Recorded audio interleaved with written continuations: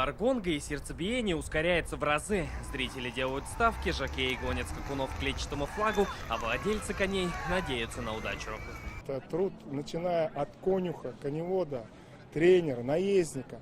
И, конечно же, это их труд, в который прежде всего вкладывается средства, огромные средства владельцев, компаний. Среди десятка стартов сегодня прошли международные скачки. Что приятно, в погоне за кушем в 5000 евро первым к финишу пришел жокей на татарстанской лошади. Работали лучше и хорошо подготовили к скачкам.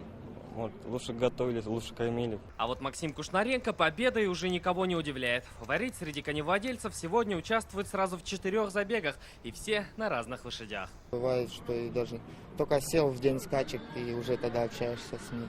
По традиции не пропустил скачки и президент Рустам Минниханов. Кстати, вначале он оценил новые спортивные объекты, которые появились на ипподроме. Конный спорт в республике сейчас в тренде. Рейтинги поддерживают и татарстанские коневоды. У нас и школа есть, и у нас тренер есть, и самое главное, детские и юношеские спортивные школы есть, меценаты есть, которые. Так что сегодня рассчитываем, что, само собой, без золота мы не останемся. Каждый забег – это сотни тысяч рублей и десятки тысяч евро. Как Бугатти или Феррари на дороге, среди лошадей выделяются те, кто за 3 минуты приносит владельцу миллионы. Главный фаворит сегодня – жеребец Рамзана Кадырова. Сикоул – победитель прошлогоднего забега на приз президента республики. Подопечные главы Чечни – 3-кратные чемпионы. Темной лошадкой эксперты на старте называли год Дрима из спортивного клуба Гдиберхан.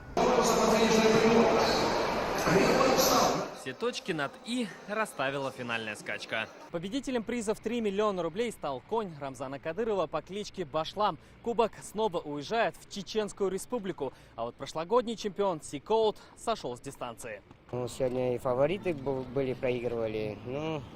Наверное, везение, то, что мне суждено, что сегодня выиграть.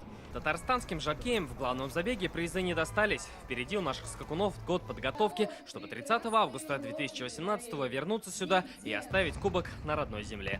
Салават Мухмадуллин, Ренат Сафин, ТНВ, Казань.